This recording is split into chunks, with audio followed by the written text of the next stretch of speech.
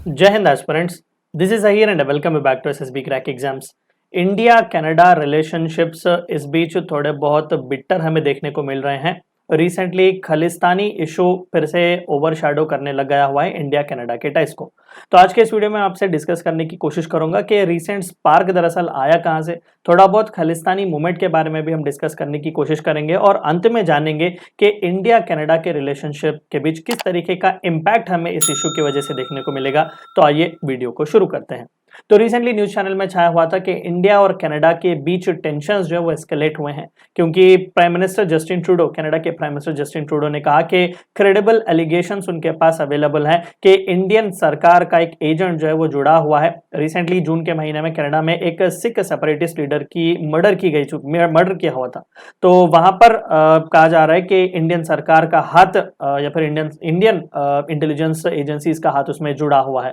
तो ये कहीं ना कहीं खालिस्तान के इशू को फिर से यहाँ पर लाइमलाइट में लाने की कोशिश कर रहा है। बिकॉज ऑफ दैट कनाडा में जो इंडियन डिप्लोमेट है उन्हें एक्सपेल किया गया है और इन रिटेलिएशन इंडिया ने भी कैनेडियन डिप्लोमेट को यहाँ से एक्सपेल किया हुआ है। हम उनके बारे में भी आगे बात करेंगे। पहले जानने की कोशिश करते हैं कि दरअसल ये खालिस्तान का मूवमेंट शुरू कहां से हुआ। देखिए 1947 में जब इंडिया पाकिस्तान का पार्टीशन हुआ तो वहीं से खालिस्तान एक सेपरेट सिख स्टेट को कार्व आउट करने की यहाँ पर डिमांड की गई थी। एंड सिंस देन ये आइडिया जो है वो कई सारे सिखों के दिमागों में चल रहा था। अब थोड़ा बहुत हम सिख रिलीजन के बारे में देख लें तो 15th सेंचुरी में इसका एस्टेब्लिशमेंट हुआ था और currently 25 million followers world wide हमें सिखिज्म के देखने को मिलते हैं। और पंजाब के रीजन में, इंडिया के पंजाब के रीजन में मेजॉरिटी सिख ही हमें देखने को मिलेंगे, लेकिन ओवरऑल इंडिया में देख लें तो सिख जो है वो माइनॉरिटी में ही है। यानी कि 1.4 बिलियन पॉपुलेशन में 2% रफली आप कह सकते हैं सिखों का पॉपुलेशन है इंडिया में। तो सिख सेपरेटिस्ट जो है वो अपने एक सेपरेट होमलैंड खालिस्तान का डिमांड करते आए हुए हैं। खालिस्तान का माना है द लैंड ऑफ प्योर। सो पंजाब, यहाँ पर आप इमेज भी देख सकते हैं। इवन पाकिस्तान के सिंध पंजाब का रीजन और इंडिया में हिमाचल हरियाणा पंजाब के रीजन, इन सभी को मिलाकर आप खालिस्तान का यहाँ पर इशू देख सकते हैं। पर खालिस्तान का रीजन बनाने की यहाँ पर कोशिश जो है वो हमेशा से जारी रही है। तो ये डिमांड कई बार रिसर्फेस हुआ, ज्यादातर 1970s और 80s में। एंड सिंस देन पंजाब पूरी तरीके से एक पैरालाइज्ड स्टेट में आप कह सकते हैं, बिकॉज हर बार कहीं ना कहीं खालिस्तान का इशू हमें देखने को मिलता है। तो इंडियन सरकार किस तरीके से रिएक्ट करते आई है इस खालिस्तान के इशू को लेकर। देखिए हमेशा से खालिस्तानी मूवमेंट जो है वो एक सिक्योरिटी थ्रेट की तरह ही रहा है इंडिया और इंडियन गवर्नमेंट को। और सबसे ब्लडीएस्ट एपिसोड हम देख सकते हैं 1984 में हुआ सिख सेपरेटिस्ट मूवमेंट, जो कि जर्नल सिंह भिंद्रावाले ने किया हुआ था। और उन्हें अमृतसर के गोल्डन टेम्पल से बाहर निकालने के लिए जो ऑपरेशन ब्लू स्टार किया हुआ था, और अल्टीमेटली हद से ज्यादा ब्लडशेड होने की वजह से बाद में इवन श्रीमती इंदिरा गांधी जी का असैसिनेशन भी उनके सिख बॉडीगार्ड्स ने किया हुआ था। मैंने एक डिटेल्ड वीडियो बनाया हुआ है ऑपरेशन ब्लू स्टार पर, मैं आपको लिंक डिस्क्रिप्शन में दूंगा, और वहां पर मैंने खालिस्तानी इशू के बारे में भी डिस्कशन किया हुआ है, आप उस वीडियो को जरूर देख लीजिएगा। सो बिकॉज ऑफ दैट बाद में इंडियन आर्मी ने ऑपरेशंस भी लॉन्च किए हुए थे 1986-88 में, पूरी तरीके से सिख मिलिटेंट को पंजाब से फ्लश आउट करने के लिए। और 1985 में एक बहुत बुरी तरीके से बॉम्बिंग भी हुई थी। एयर इंडिया बोइंग 747 जो कि कनाडा से होते हुए इंडिया आ रहा था। सो उस एयरप्लेन के बॉम्बिंग की वजह से 329 पीपल जितने भी ऑन बोर्ड थे उन सभी की मौत हुई थी। सो बिकॉज ऑफ दैट ये इंसर्जेंसी मूवमेंट जो है कई हजारों पीपल खासकर पंजाब पर हमें एक स्कार ऑफ वायलेंस देखने को मिलता है।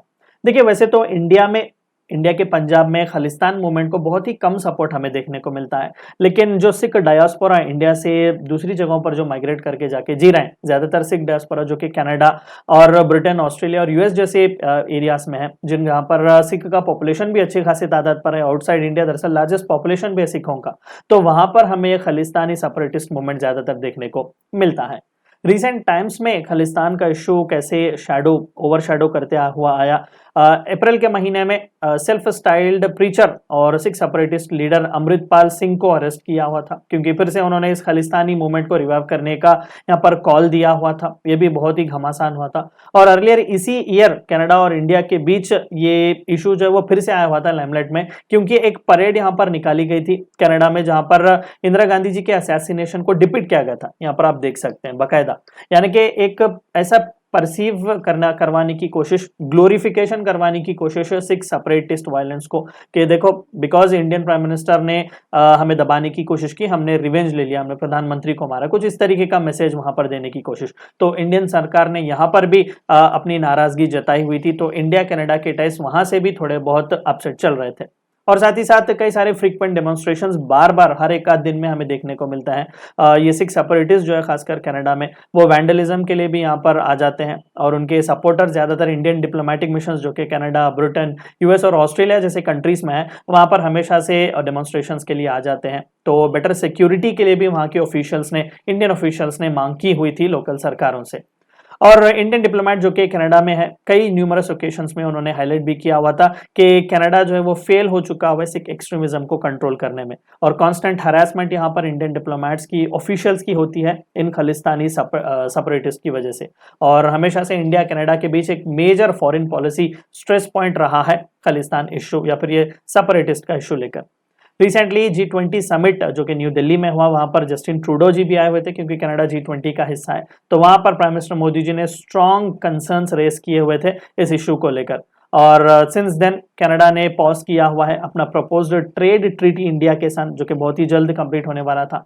और ये भी बताया जा रहा है कि कनाडा के ट्रेड मंत्री जो कि प्लान कर रहे थे एक ट्रेड मिशन को लेकर इंडिया आने के लिए, अब उन्होंने भी पोस्टपोन करने का प्लानिंग किया हुआ है।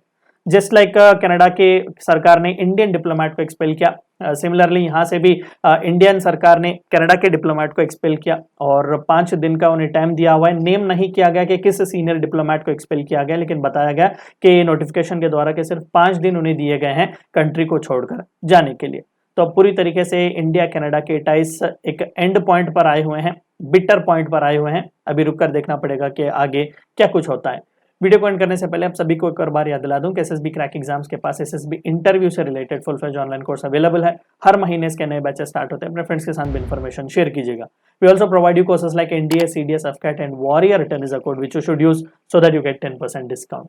Meet you next time, until then stay healthy, stay safe. Thank you for watching my video. जय हिंद। अगर आप एक डिफेंस एस्पिरेंट हैं और SSB interview, NDA, CDS, AFCAT जैसे एग्जाम्स के लिए प्रिपेयर कर रहे हैं, तो आप एसएसबी क्रैक एग्जाम्स के कोर्स को चेक करना ना भूलें। आप हमारी लर्निंग एप्लीकेशन को गूगल प्ले स्टोर से भी डाउनलोड कर सकते हैं।